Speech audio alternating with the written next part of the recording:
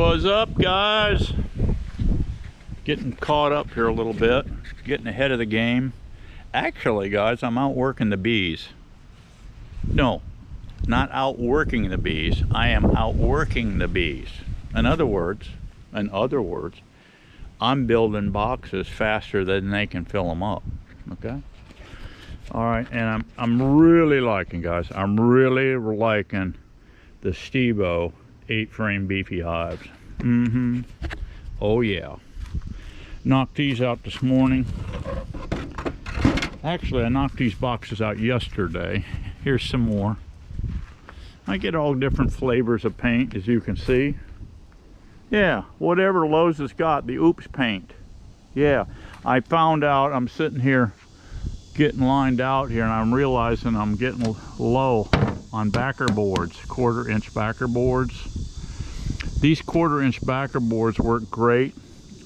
Just use a little finesse and not a mess.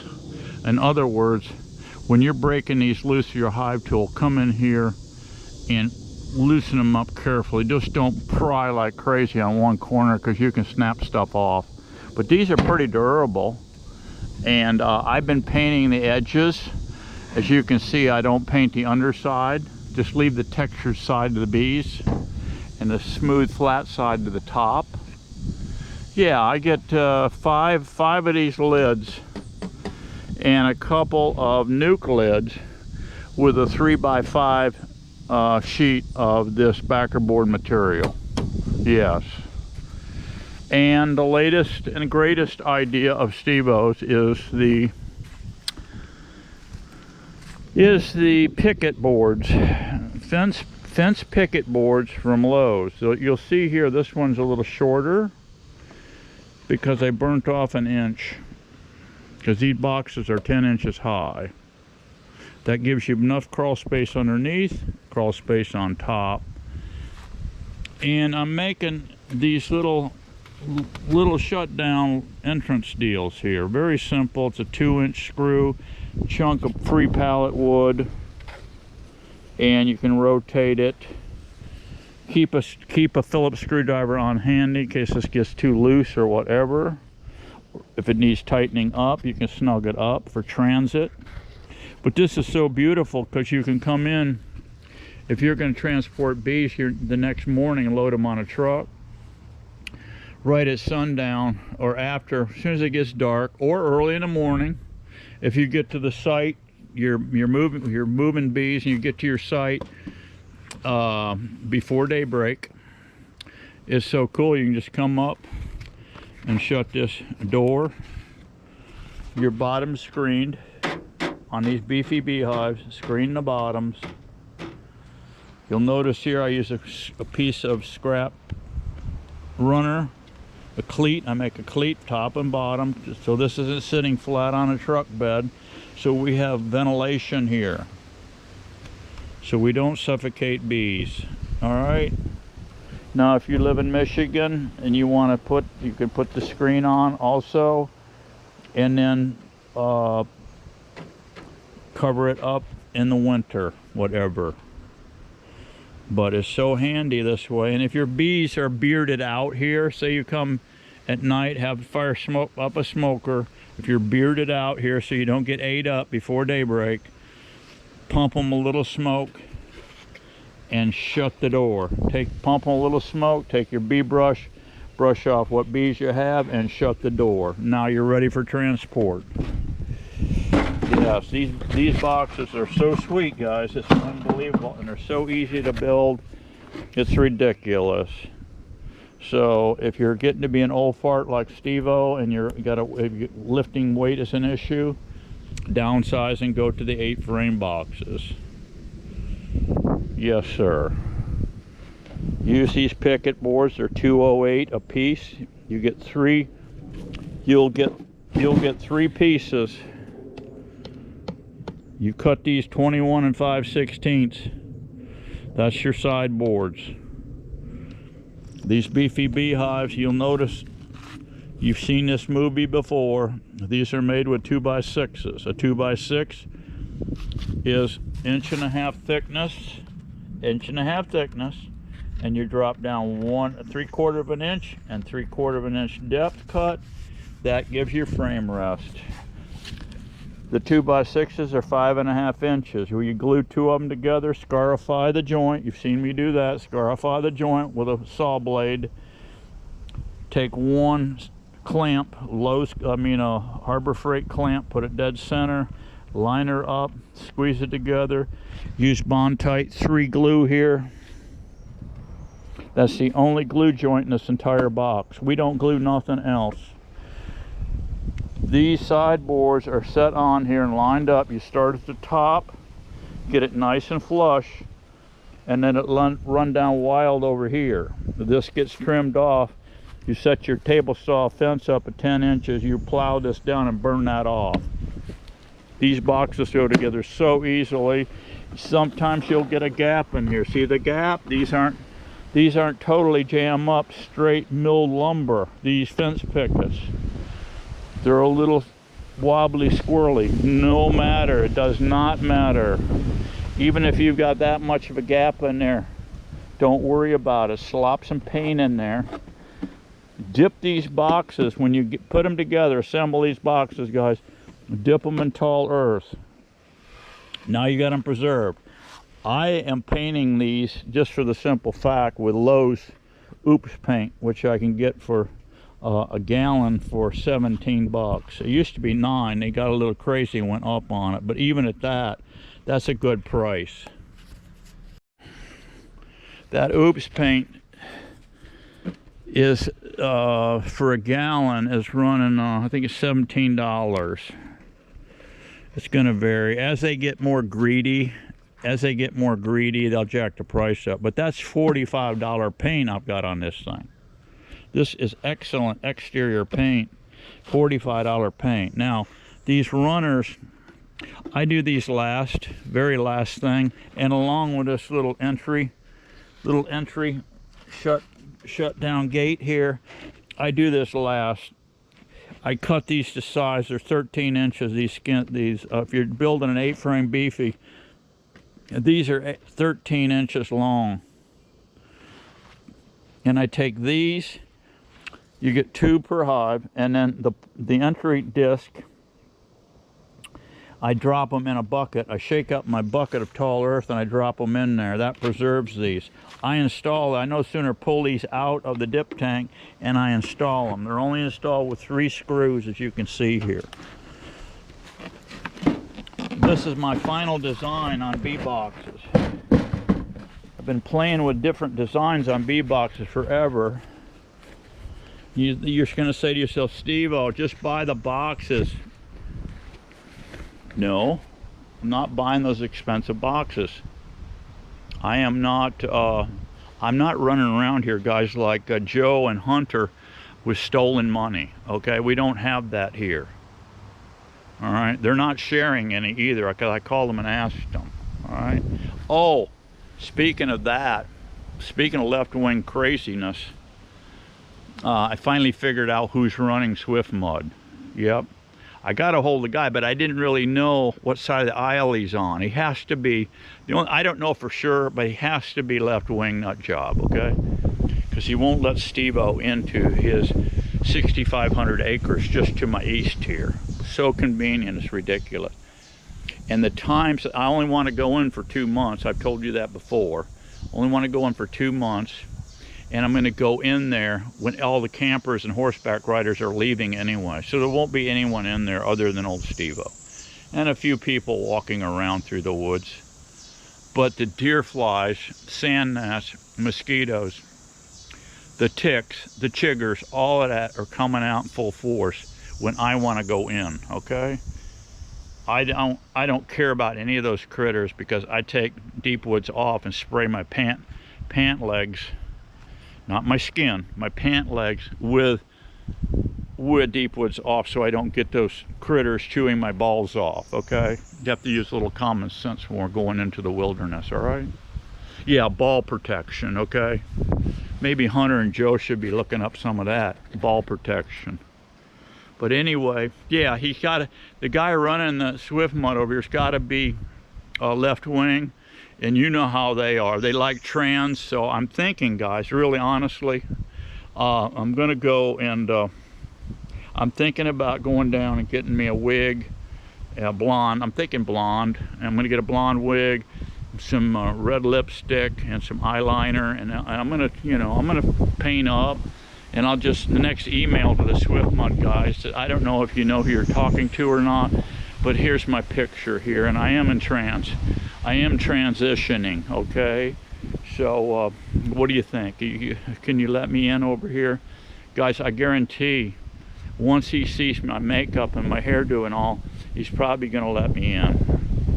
I'm also gonna tell him, listen, I don't know what size you are, but I've ordered different size butt plugs, and I'll start inserting those. You know, let me know what size you are, because I'll get a butt plug accordingly, the right size, you know. We don't want to get it too big, because I'm sure that you want a tight fit, okay? Yeah. All right, I know that's a little bit too much information for you guys, but that's how they roll, and that's what they like. So I'm just gonna go ahead and start transitioning, guys. That's the only thing I know to do in order to secure this ideal location, B location over here on the 6,500 acres. And I think that'll do it. I really do. I think once they find out I'm in transition, it's gonna be great, and they're gonna let me in. I'm sure, I'm just sure of it, guys, because that's the way these people roll. They really don't know what freaking sex they are, but I don't know. I don't think, you know, I'm not going to insert any butt plugs, guys. I'm just saying, I'll just let him know I'll ask him what size he is, you know, and then I'll tell him I'll order appropriate butt plug to accommodate him. So anyway, yeah, I'm out here just getting ahead of the game. I was in, I did all 5 locations yesterday, and so the girls are coming on strong. A lot of cabbage. I'm along the coast on several locations, right along the coast, and then I'm in a real big hardwoods over here, swamp. A lot of cabbage in there, and the girls are pumping up. They were weaker hives. They were baby hives, 5 framers, and I shifted them into 8s. And then I went ahead and put another super on. These are supers over here. I've got a super for each one of these base units. I call these base units because they have the screen on them, yada yada. And then these are just plain boxes. They will be supered up, 8 framers. You know, it's possible that they could use 2 of these. Yeah, it'd be like 3 mediums going on top of one of these if you put 2 boxes on, you know. But I don't think I'll need it. I think, for the simple fact, I'll have extra. When I think I'm going to be harvesting some honey, what I'll do is take a base unit, see, shut the friggin' door on it, right? Take my bee brush if I want to harvest honey, and I'll brush them bees off right on site, and I'll load them in here. Boom, boom, boom, right? Don't rob them to death. Rob out some, leave them with some so they have food, because when the flow shuts down, they're going to need food. So don't rob it all, get greedy and rob it all. You're going to have starved out bees. Don't do stupid stuff. And then I can drop a lid on here, backer board lid, shrink wrap it, put it on the truck, and I'm ready for transit. I won't have any bees coming in here robbing my stuff. When I get back to base camp, I can just start doing my crush and drain on my honey. So anyway, I've been in the shop here cleaning smokers. Yeah, my smokers. Always carry 2 smokers. Something else I want to show you right here. I carry 2 smokers with you guys, because if one shuts down, you're driving way the heck out here to hit these locations. And a smoker goes down on you, you're stuck. You can't do nothing. You can't get in these hives without smoke. All right, something else I'm doing here on my, I got a lot of 2-frame. I got a lot of 2-frame beefies, and these will be going into production next month in July, the new moon in July. new moon in July, I'm going to start going in. I'm only out of these 8-frame deeps. I'm only going to steal 1 frame from each hive, and then put in my 2 framers. But what I'm doing, you'll notice here, this is a single ply backer board. But what I'm doing now is taking the backer boards and gluing them together with Bondtite 3. I'm doubling them, so I actually have a 1/2 inch. So it just makes them more robust. You don't need to do this on 5s. On your 5 framers, you don't need to do this on them. You got enough material. Still need to be of a little finesse and not a mess, okay? When you're prying the lids off, don't get aggressive. But if you do just one single layer like this, and you can see right here, you got a little bit of a bo diddly in that thing, in that piece of backer board. You got a little bo diddly in there, all right? But when you glue these up in 2s like this, you don't have that. You don't have that scenario. It just makes a more robust lid. Like I say, you don't need to do it with your 5s, and you do not need to do it with your 8-frame beefies. But I just thought I'd show you this. I'm real proud of these. Go together so simple, guys. You've got 3 screws here, right, and there's no waste. The beauty of this box, guys, there is no waste, but there is a trick to it. Buy your 2x6s in 16-foot lengths, because you're getting about that much more material at the end of that 16-footer. If you buy 12-footers or 10-footers, you may only have this much. And when you do all your saw curves, you're not going to get a 12-inch piece. This is 12 inches here. For the 8-frame beefy, you're not going to get, and it's not going to come out even money. But if you buy a 16-footer, you will get 16 of these pieces, and then you're going to glue them together. But where this handle comes from is where you burn off. This comes out wild. You can see this is a 5.5, and this is what you've got here is a 10-inch high box. So when you whack that off, this is what you end up with, this piece right here. This is your handle. These are put in, I pilot these in, I pin it. You can see where I shot it with a pin. Yeah, a brad nailer. Just line it. I eyeball these handles, by the way. Just stick them up there and eyeball them. Come down 1.5 inches or so and hold it up there and go bap, bap with a 18 gauge. That holds it in place. No glue. You don't need glue on these boxes. The only glue joint you need, guys, is right here. Scarify each side to where it's nice and rough with a saw blade. Put it in a vise. Scratch that up. Good.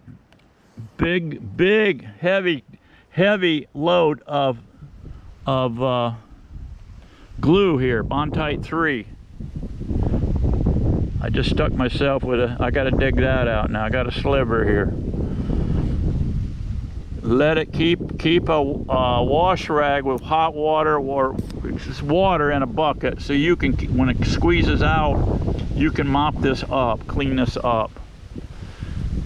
But yeah, there's no waste. You buy a 16-foot board, guys. And I usually buy full, when I'm building boxes, I'm getting 4 of those 16-footers. Goes in my back of my truck. I can process that lumber very fast. Very fast. No waste at all. On these picket boards, you're going to have the top of the board just got a little 45. I usually cut that off first, run it up against my stop. And what I'll have is about this much wood. I didn't measure this, probably 6 to 8 inch wood on the end of that board, this waste. I usually chunk it. I throw it out. You can save those for your little swivel plugs for your entries. Now, say if I burn out a lot of these supers here, and all of a sudden, boom, I get hurting for base units. I can convert these into base units so simply, it's stupid. All right, all I gotta do is bore an 1.5 inch hole here, put my thingy on, and screen the bottom with 8 screen, put 2 cleats on, Boom, I have a base unit. There's some old base units over here. Back in the day, look at all these. I got all this stupid bottom boards. Waste of time, waste of total time, and trying to dig out and retrieve this 8 screen. See, this 8 screen, I don't know, some kid that's just getting into bees or something. I've got some old date ant boxes here. I got a bunch of old date ant 5-frame nuke bottoms, bunch of miscellaneous junk. These old 8-frame beefies here that was built actually with compromised wood, and back in the day I was putting on plywood. You see it's already rotting back here. It's just, no, these need to go to the graveyard or give to somebody that can patch them up. Yes, they're gonna go. They're gonna clean this yard up. Here's actually some 10-frame boxes. They're in good shape yet, and they were dipped in tall earth eons ago. And I converted this into a permanent base unit with a 1 super there. Probably never be used. Probably never be used. Look at here, guys. All of my bees are gone. Every one of them are gone.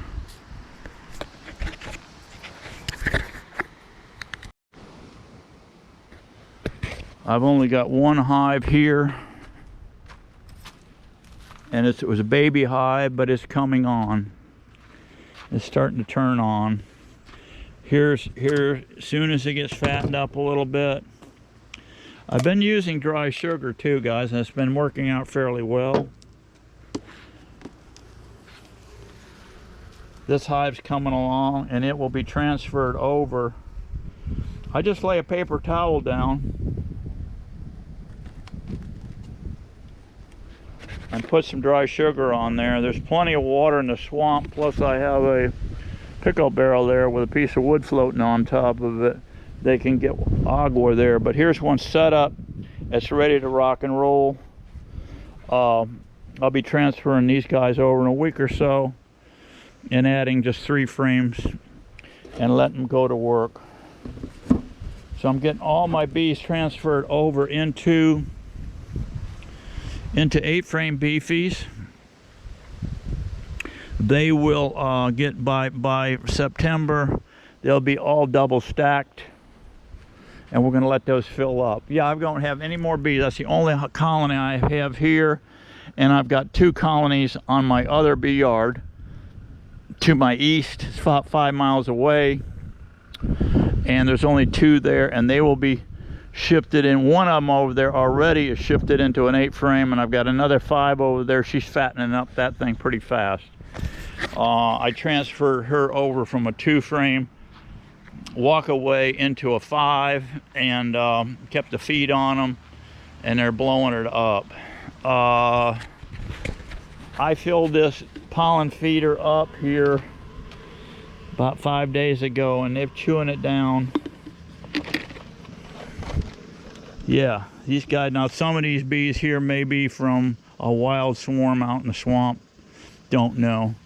But look at that bee right there. Its wings, I mean its pollen baskets are loaded. So they're really getting this pollen. That's ultra bee. Let me show you something in the barn.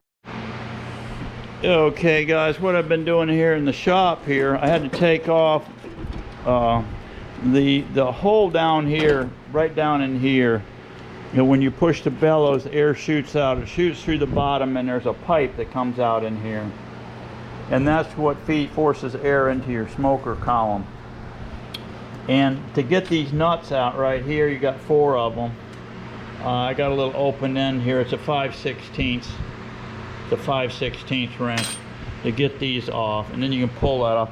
That's a little tricky putting it back on. You got to push down and line up. These studs are here going in. They've got them locked into this piece of wood inside. So thank God that they don't push backwards. It would be a bitch if these were loose, trying to get this bellows reattached to the main barrel. But somebody got smart, and they put they lock these studs in so they don't go back in. So that wasn't bad at all. But what you want to get yourself is some easy off, that easy off oven cleaner, aerosol. And I just set them out here in the sun. I set them out here in the sun. And I sprayed the heck out of the inside, all of this. It doesn't remove it. I mean, it probably would if you know, you could probably take a small propane torch and heat this up and soften this hard packed stuff. But this stuff was thick, guys. This stuff was this thick. I haven't cleaned it in over a year, this old smoker. But, and what happens is it starts building up with carbon so much. I've had this guy here for over 20 years. I know it may be close, it may be bumping 30 years. I don't know. It's been through 100 wars. The metal's kind of soft. Don't get too nuts if they get stuck. Lightly tap it, because you can see I beat it up with a Hive tool. But keep you a backup unit. I've had this one probably 15 years, but hardly ever use it. It's just a backup. And it wasn't carboned up too bad, but I went and shot it up with that stuff too. They're both date amp. You can see the old date amp sitting on there. Yeah, the old hinge is about wore out, slap wore out, but the carbon will build up. I had to take this bellows off, because what happens, you'll get some flashback from the barrel sometimes, and it'll start carboning up that hole. When it does, as you squeeze, hear it? It was just a little whisper. The reason being that hole was carboned up. So you got a valve up here. All it is a piece of vinyl, I think, door flap. When you push this way, it closes and pushes the air out.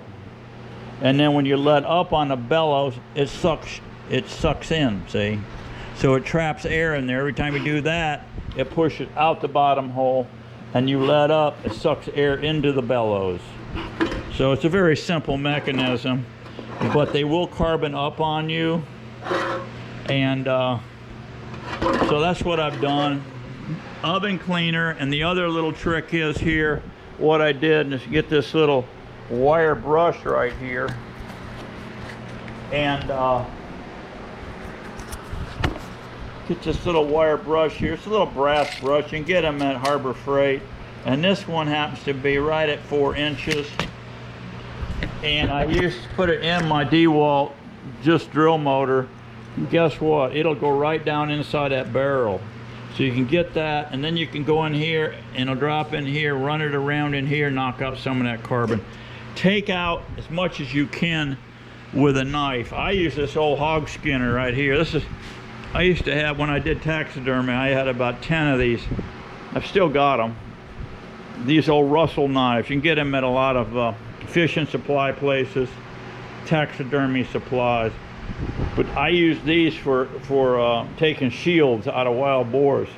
The boar shields were about this thick, and I had to carve them out with a knife. And actually I used this stand right here.